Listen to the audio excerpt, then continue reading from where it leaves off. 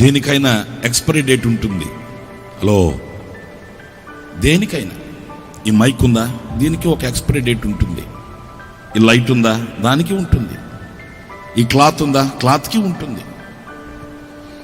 2 సంవత్సరాల తర్వాత ఆ బట్టల షాప్కి వెళ్ళి నేను ఏంటా బాబు ఏంటో టైప్ అయిందండే అన్నాను అనుకో, ఏమంటాడు? ఎప్పుడు కొన్నావమ్మా? 2 సంవత్సరాలు అయింది. మరి 2 సంవత్సరాలు అయితే మరలా వచ్చి అడగడానికి సిగ్గనిపించట్లేదు నీకు అంటాడు కదా. ప్రతిదానికి ఎక్స్పైరీ డేట్ ఉంది. కానీ భూమికి పునాది వేయబడక మునిపే సృష్టిలో కనబడిన దైవ వాక్కు ఉందే, జగత్తుకి పునాది వేసిందే జీవవాక్కు. ఆ జీవవాక్కుకి ఎక్స్పైరీ డేట్ లేదండి.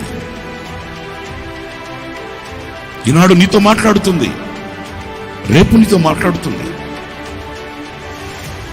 రేపు నీ వెన్ను తడుతుంది. నీకే కాదు, నీ కడుపును పుట్టిన నీ సంతతికి వెలుగై ఉంటుంది. నీ సంతతికే కాదు, నీ తరానికి, నీ తెగకి, నీ యొక్క వంశానికి వెలుగై, దీపమై, ఆ శక్తి కలిగిన ఆహారమై నీ కుటుంబాన్ని శిఖరాలు ఎక్కించగలిగిన శక్తి కలిగిన సాధనమై ఉంటుంది దేవుని వాక్.